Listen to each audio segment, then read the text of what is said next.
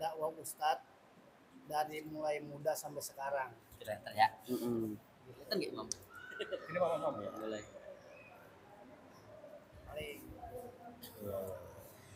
Bismillahirrahmanirrahim. Assalamualaikum warahmatullahi wabarakatuh. Waalaikumsalam warahmatullahi wabarakatuh. Alhamdulillahirrabbilalamin. Hari ini Jumat 27 September 2024. Kita baru selesai melaksanakan ibadah salat Jumat berjamaah bersama guru kita Ustadz Ibnu Hajar, Masya Allah, Al-Hafidh. Beliau luar biasa, Hafidh Quran. Dan hari ini berkesempatan untuk mengisi di Masjid Gadok Raya. Ini merupakan berkah untuk Masjid Gadok Raya tentunya. Mudah-mudahan selanjutnya beliau tetap selalu bisa dan mau untuk mengisi di sini. Jauh nggak Kiai? Insya Allah. Jauh nggak jaraknya? Enggak, saya setiap pekan ke Permatapuri 1 dan ke Laguna. Alhamdulillah, berarti kesini nggak berat lah ya. Dan di Permatapuri itu banyak sekali saya kenal. Saya termasuk ngajar Pak Ilmiawan. Permatapuri Satu. Oh, Pak Ilmiawan itu ketua RW di PP1. Oh, sekaligus gitu. Ketua Yayasan Betul Basir. Alhamdulillah, berarti kan aman ya, nggak jauh, jaraknya nggak jauh berarti. Kalau secara Nggak jasar. Ini maaf Kiai, jadi ditahan ini ya, Oh, ditahan enggak nggak boleh pulang nih. Iya, enggak apa-apa. Makanya saya ini kan tidak terikat sebenarnya. Ya, bisa longgar, bisa dibuat sibuk. Dan ini adalah bagian daripada kesibukan juga. Masya Allah. Kalau ini disibukkan ya Kiai ya. Kita buat sibuk, tapi Dibuat sibuk nyantai, sibuk yang bermanfaat. Insya Allah. Nanti teman-teman bisa nonton podcast ini di channel MGR TV ya. Karena ini nanti luar biasa banyak ilmu yang insya Allah akan kita ambil pada kesempatan kali ini. Nggak lama, mungkin ya 1 atau 2 jam ya. Dan saya secara status kalau di tempat saya itu adalah sebagai pengelola pondok pesantren tahfiz untuk tingkat SMP dan SMA, di mana untuk progres yang SMP ini yang menjadi unggulan menghafalkan Al-Quran 30 juz plus sekolah SMP. Sekolahnya akreditasi bukan paket. Jadi udah dapat formal duniawi, dapat formal ukhrawi juga. Betul. Masya Allah, pakai dunia akhirat ya. Kalau yang untuk SMA yang menjadi unggulan itu adalah bahasa Arab yang diperuntukkan khususnya bagi mereka yang mau ke Timur Tengah.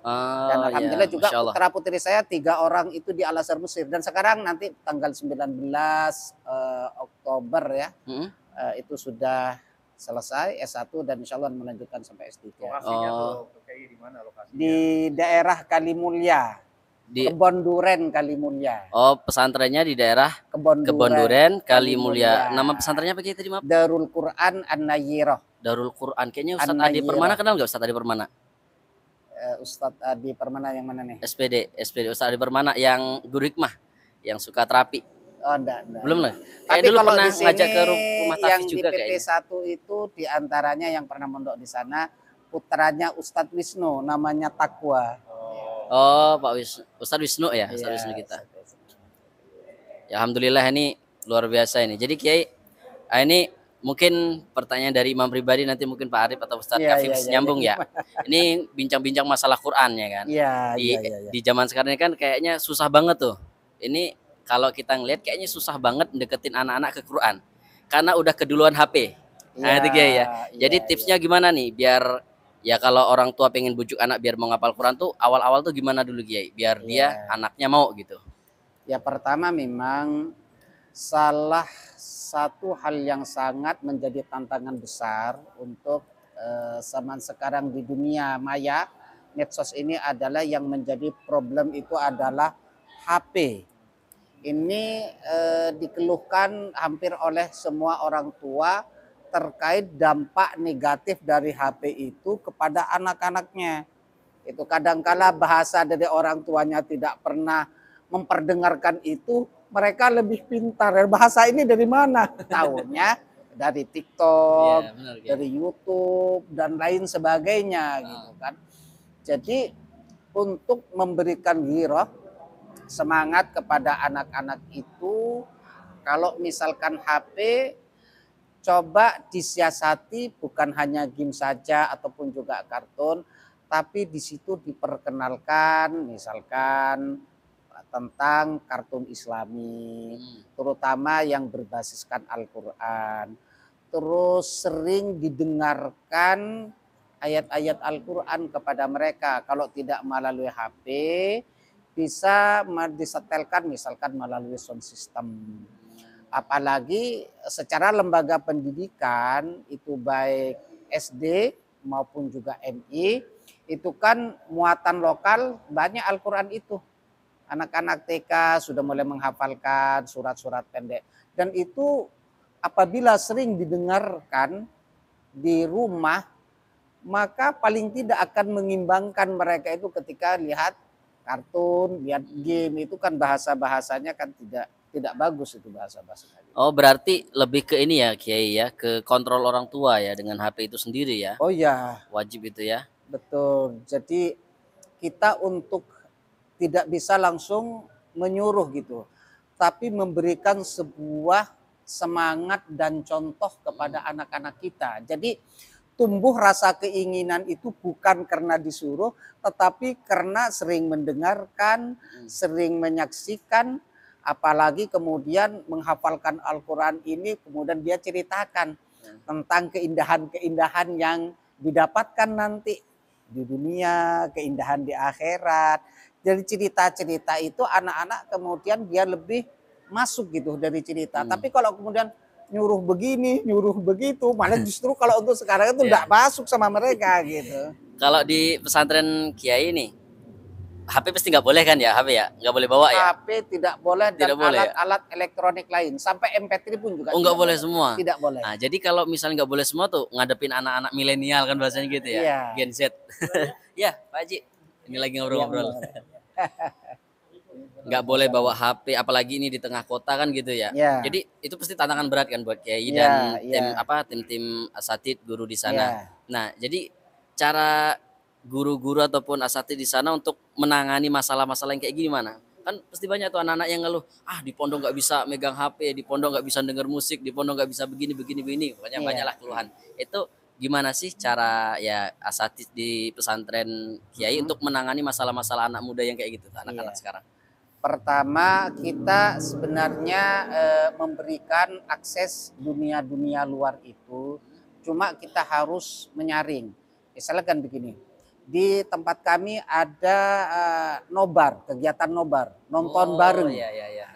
Nonton bareng itu, maka kita seleksi itu apa yang kemudian yang mau ditayangkan. Satu. Kemudian apabila ada hal-hal yang bersifat diinginkan gitu menjadi peminat bagi mereka, misalkan ada pertandingan bola misalkan. Nah, kita setelkan, kita sediakan ada di ruang lab gitu kan, multimedia itu ada di situ TV gitu. Jadi kita tayangkan. Jadi supaya mereka pun juga mengetahui tentang apa yang berkembang di luar sana.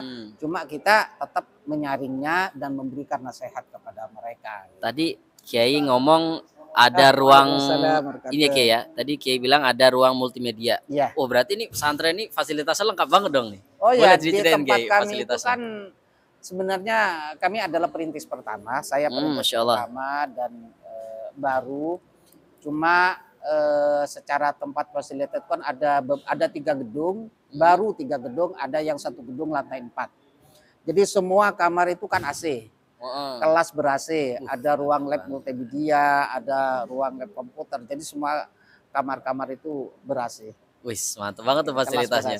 Kalau udah fasilitas kayak gitu biasanya mahal, Pak Arif ya. Berapa tuh Kiai SMP-nya? Mahal itu sebenarnya relatif sih. Ya.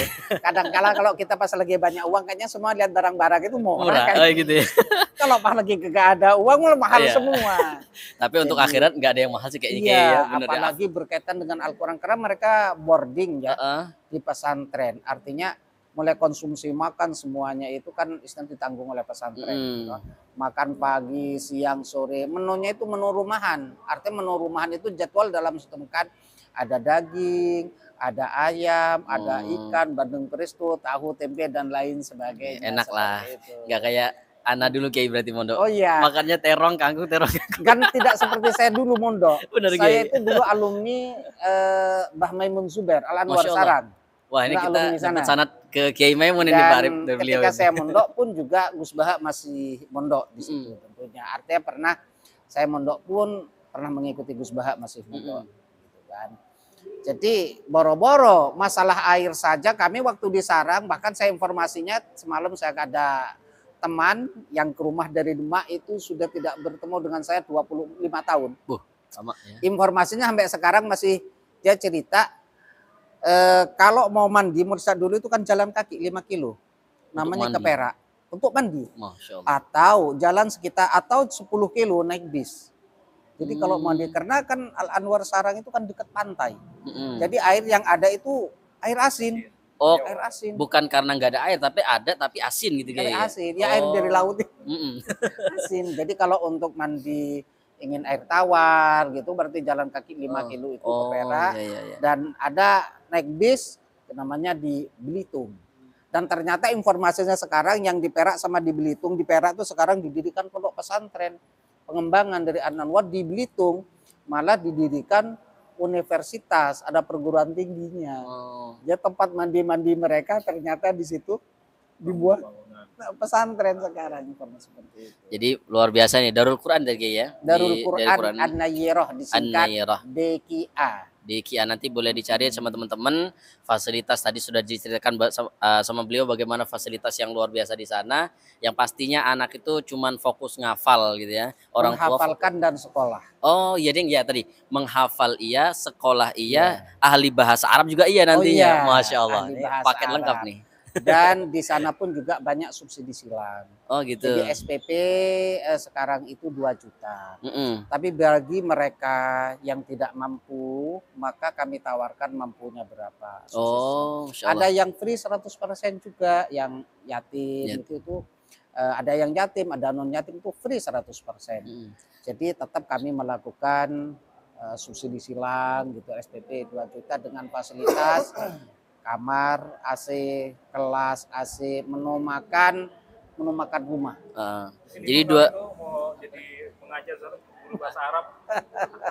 hafalannya belum ada Pak Arif minder bisa kena mental sama santrinya nanti malahan. Masya Allah nanti mungkin bisa Kiai ya kalau ini Bapak Arif mungkin Ramadan ya tarawih bisa kita ajak santri-santri yang udah kelas SMA ya mungkin taraf SMA untuk boleh. ngimam di sini gitu ya. Boleh. Untuk ngimam Dan tarawih. banyak di antara mereka itu yang mempunyai suara emas Nah, dan Insya Allah. lagu gitu. Tapi kalau misalnya udah gimana Pak? Kedengeran nggak?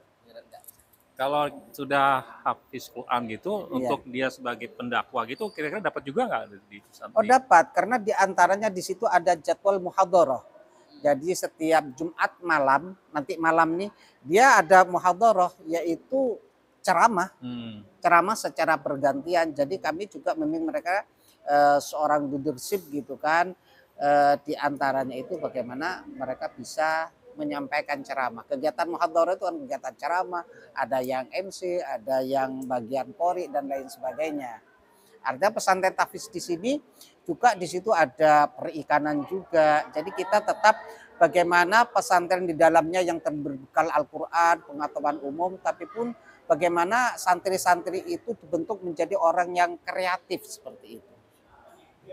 Kreatif sehingga apabila nanti pulang ke rumahnya tidak hanya kemudian punya keahlian mengajar atau ceramah dan lain sebagainya, akan tetapi pun juga punya keahlian seperti itu.